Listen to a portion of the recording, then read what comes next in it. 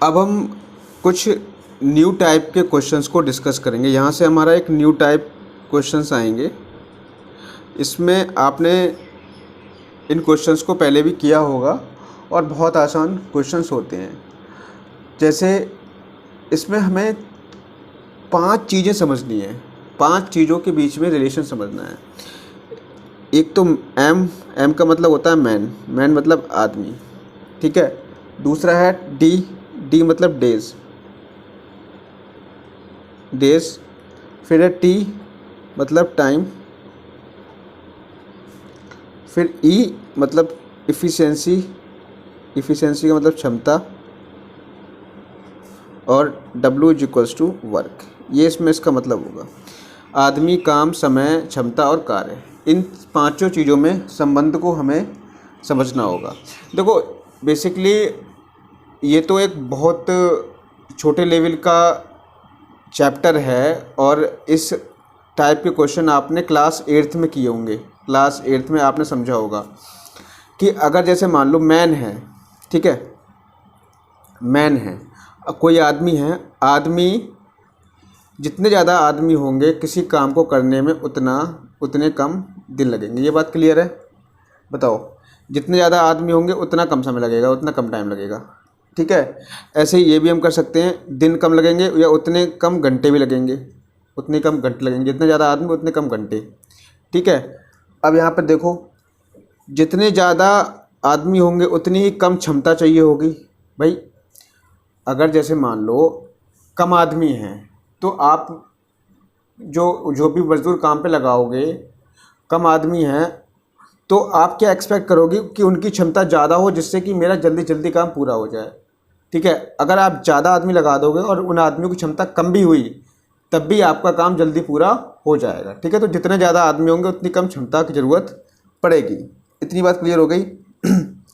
और एक यहाँ पे सीधा सीधा रिलेशन होता है कि जितने ज़्यादा आदमी होंगे उतना ज़्यादा कार्य होगा, उतना ही ज़्यादा कार्य होगा।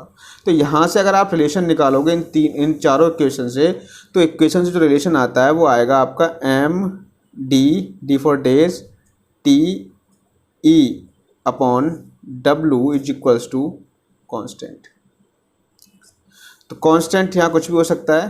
तो यहाँ से जो फाइनली रिलेशन आ जाता है M1 D1 T1 E1 equals to W1 upon, जो मैथ्स के स्टूडेंट को समझ रहे होंगे, D2 T2 E2 upon W2, ठीक है। ये आपका रिलेशन यहाँ से निकल के आ जाता है।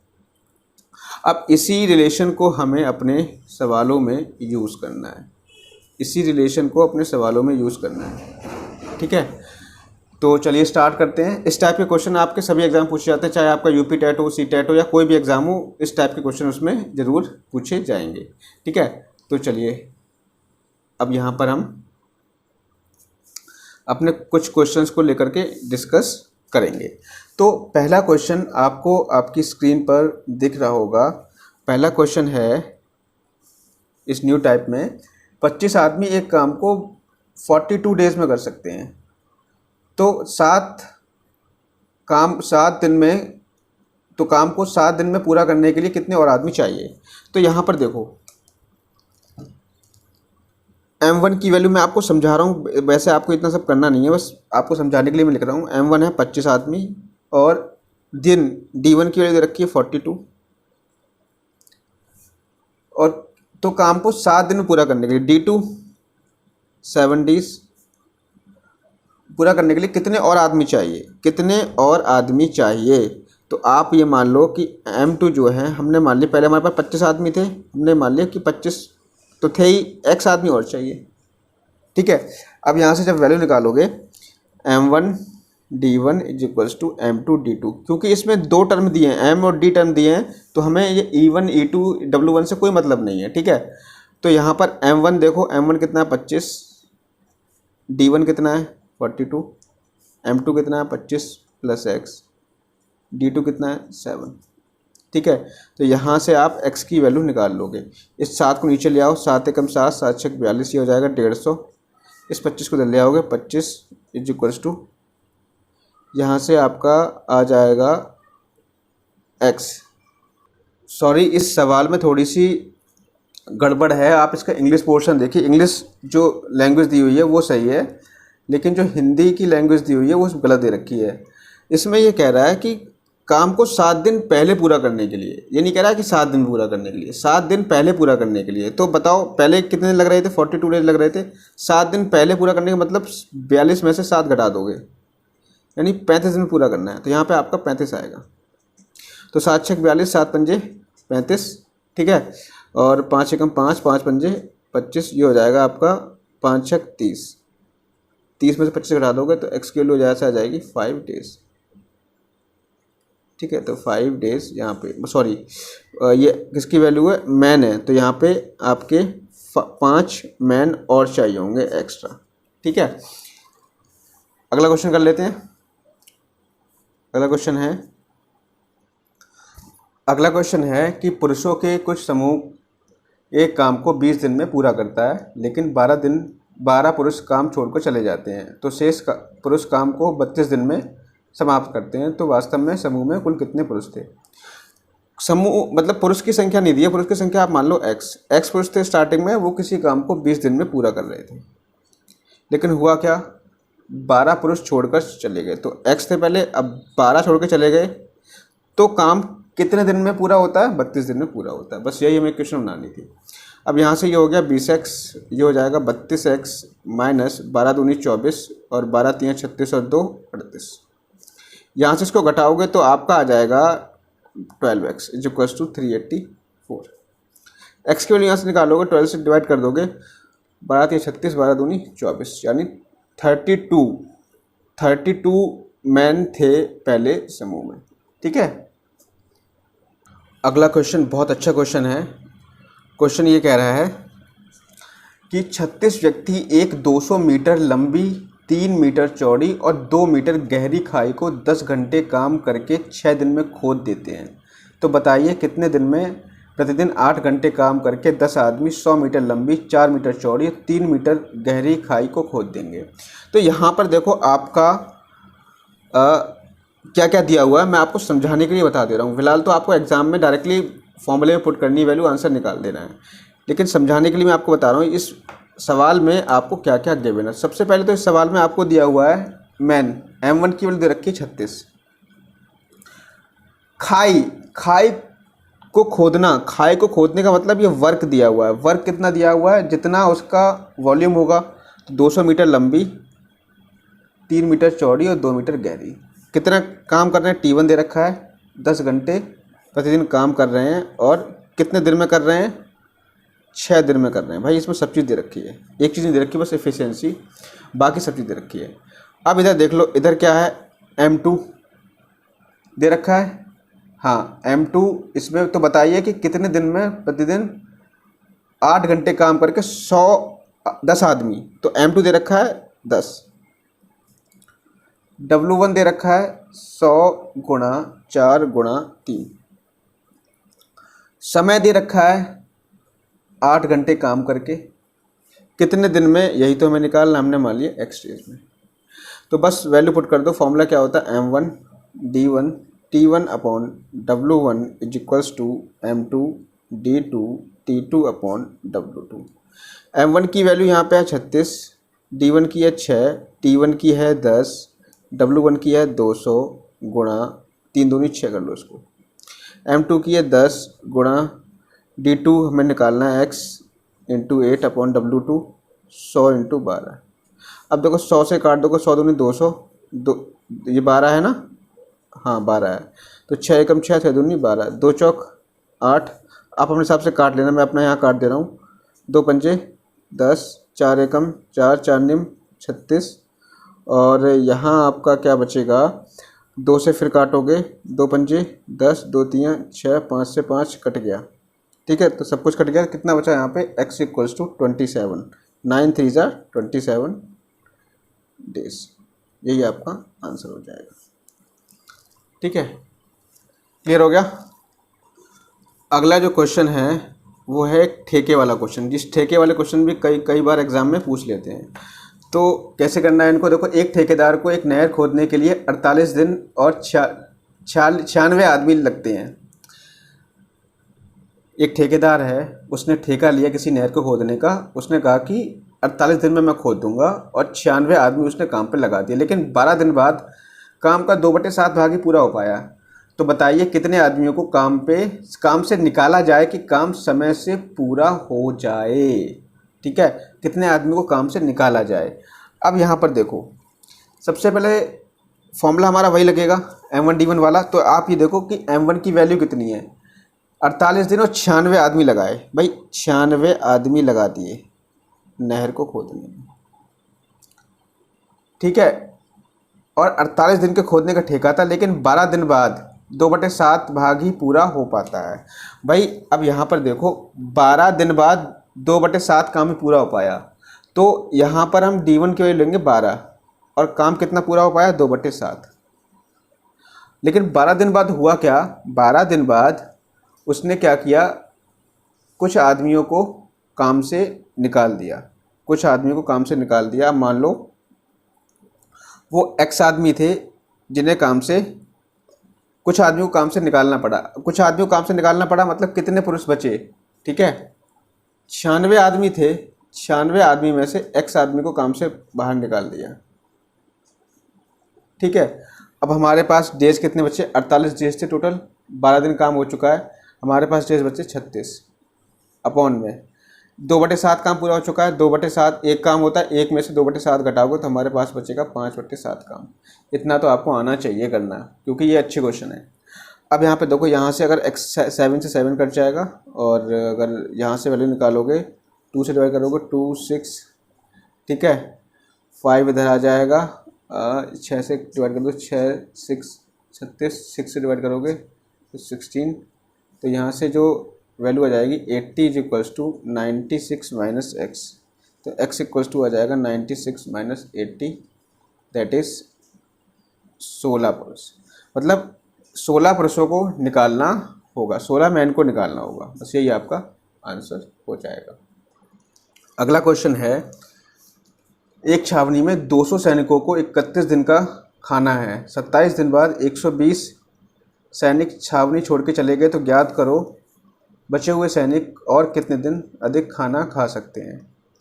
तो आप ये देखो कि स्टार्टिंग में 200 सैनिकों को 31 दिन का खाना था, ठीक है, 200 सैनिकों को 31 दिन का खाना था, लेकिन 27 दिन बाद 120 सैनिक छोड़कर चले जाते हैं। तो आप यहाँ पे देखो टोटल खाना कितना था, 200 सैनिकों के लिए 31 दिन का खाना था, लेकिन हुआ क्या, 27 दिन बाद 120 सैनिक छोड़कर चले गए। मतलब 27 दिन तक तो भाई ये तो क्लियर है कि 200 सैनिकों ने खाना खाया होगा, प्लस बाकी छोड़ के कितने गए, 120 गए, बचे कितने, 80 सैनिक बचे। अब वो बचा हुआ खाना कितने अधिक दिन चल सकता है, तो मान लिया हमने कि D दिन चलेगा। 80 सैनिक बचा हुआ खाना D दिन खाते हैं, तो इसी D की वैल्यू हमें यहाँ पर निकालनी है। तो यहाँ से D निकालोगे, देखो अगर इसको सॉल्व करोगे तो 200 कॉमन ले लो इधर आकर के, तो 31 में से 27 गया, 4 × 200 बचेगा बराबर 80 × D। यहाँ से वैल्यू निकाल लोगे, D की वैल्यू आ जाएगी आपकी 4 × 200 अपॉन 80, काट दोगे 4 दूनी 8, यहाँ से आ जाएगी 10 डेज, ठीक है।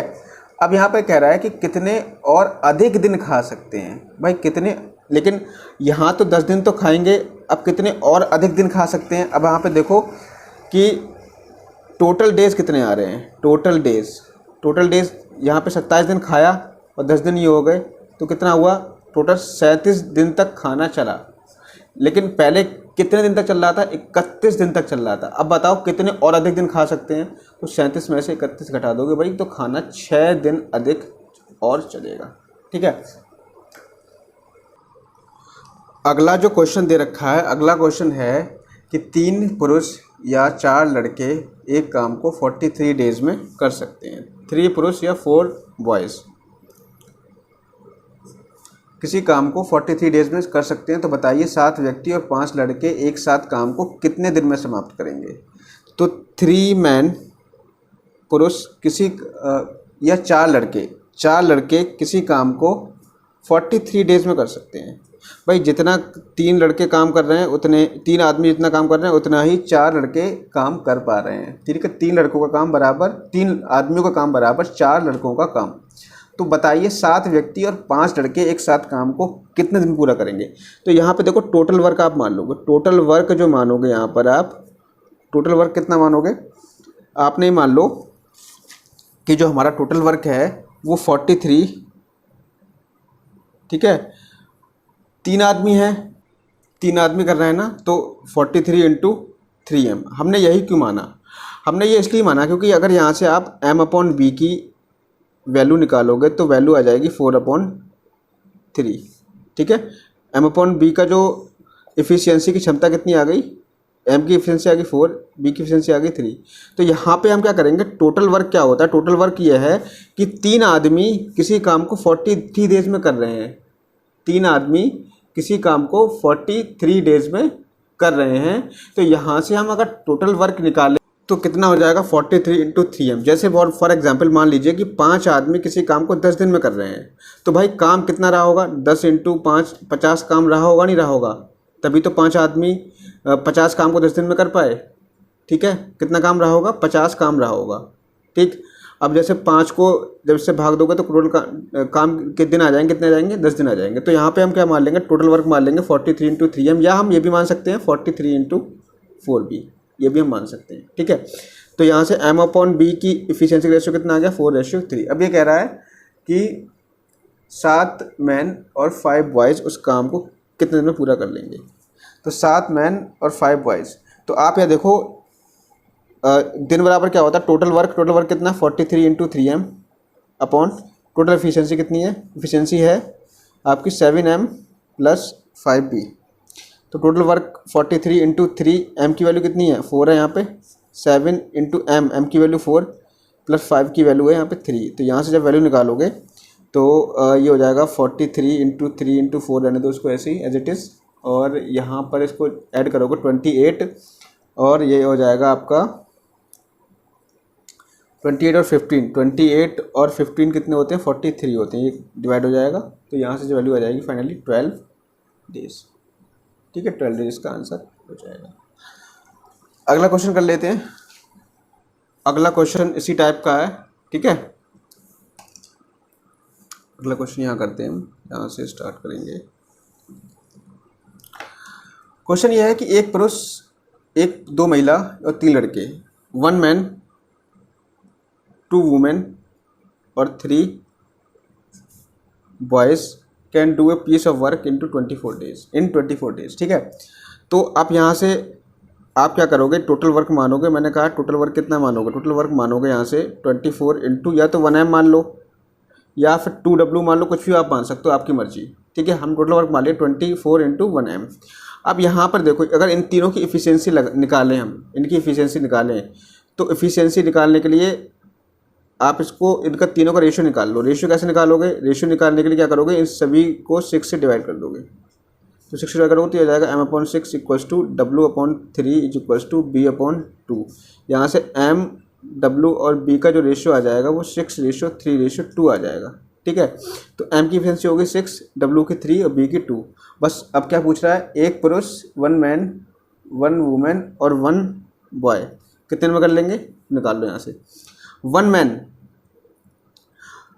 तो ये हमें निकालना क्या, दिन निकालने हैं, कि डेज निकालने। डेज बराबर क्या होता है, total work upon total efficiency. Total efficiency कितनी होगी, यहाँ से निकालोगे तो मैन की कितनी है, 6 है, 1 वुमेन की 3 हो गई, 1 बॉय की 2 हो गई। टोटल वर्क कितना, 24 इंटू m, 24 इंटू m है, 1m है, तो m की वैल्यू कितनी है, 6 है, अपॉन 6 3 9 9 2 11। ठीक है, 6 3 9 और 9 और 2 11 हो जाएगा, नहीं सॉरी 6 3 9 9 2 11। ठीक है, तो यहाँ से जो वैल्यू आ जाएगी 6 4 24, 2 6 दूनी 12, 12 2 14, 11। यहाँ से वैल्यू निकालोगे फाइनली तो 11 एकम 11, 3 बचा, 11 3 33, कितना बचा, 1/11। 13 सही, 1/11 डेज, ये आपका आंसर हो जाएगा। ठीक है, क्लियर हो गया। तो आज की वीडियो में इतना ही रखते हैं। बाकी जो क्वेश्चन करेंगे वो हम एक पार्ट में भी इसका और बन जाए, क्योंकि अभी आपका क्वेश्चन बचा है मजदूरी और काम वाले क्वेश्चन बचे हैं, वेजेस एंड वर्क वाले क्वेश्चन कुछ बचे हैं, वो मैं अगले वीडियो में आपको बता दूंगा। तो आज की वीडियो में इतने रखते हैं, मिलेंगे नेक्स्ट वीडियो में। Thank you, have a nice day.